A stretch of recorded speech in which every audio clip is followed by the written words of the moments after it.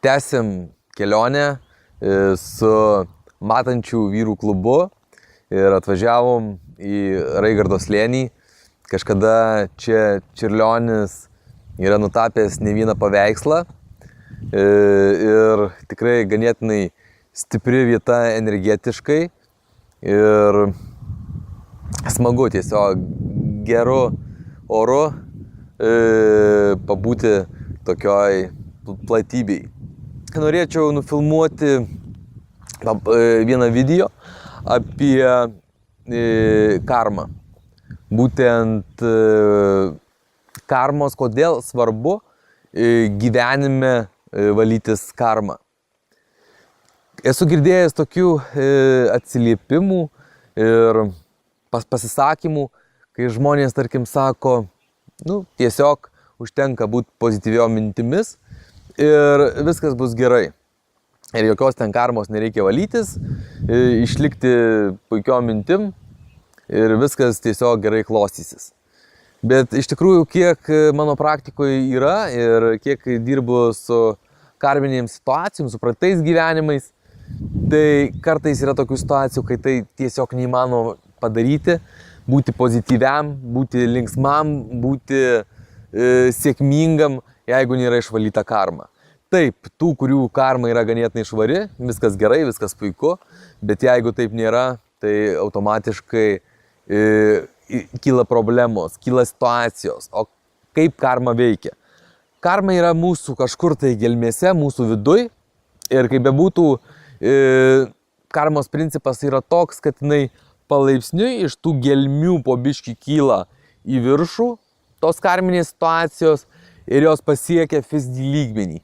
Kai pasiekia fizinį lygmenį, tada iškyla tam tikros situacijos. Negatyvios, gal ligos, galbūt nelaimės ar kažkokios kitokios. Ir jeigu karma tose vietose, tos situacijos yra neišvalomos, nesuvokiamos, tai tos ligos dažnai ir lieka mumyse. Arba mes tas karminės situacijas, jų negatyvą iškeltą, pradirbam per kažkokias nelaimės ar per stiprų negatyvo jausmą ir tokiu būdu ta situacija vėl pasislėpia kažkur giliai mumyse ir po kažkiek laiko vėl jinai iškyla.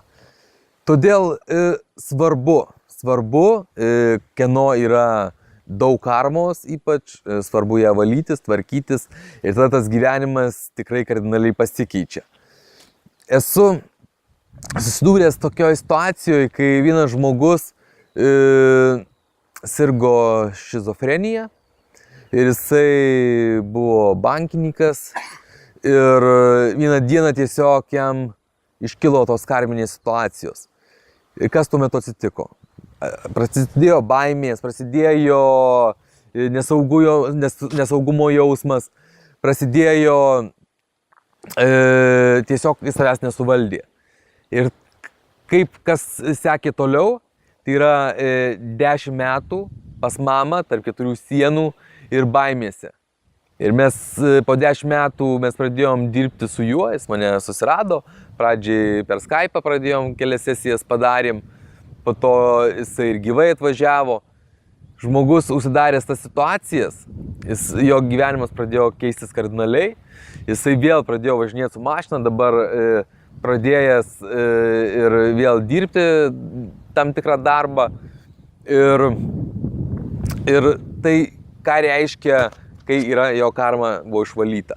Jeigu jis jos būtų nevalęs, aš nemanau, kad būtų atsiradę žmonių, kurie būtų jam galėję padėti. Nes būtent priežastis to dalyko buvo karminės situacijos. Ir jis kiek būtų norėjęs būti pozityviu, jeigu jis to būtų nesutvarkęs, to tiesiog neįmanoma padaryti. Nes kai situacija pakyla į viršų, į paviršių, mes ją jaučiam. Ir mes ją jaučiam, jei tai negatyvi karminė situacija, mes ją jaučiam negatyviai. Ir su matymo pagalba ją galima uždaryti. Tai tiek apie karmos valymo svarbą. Iki.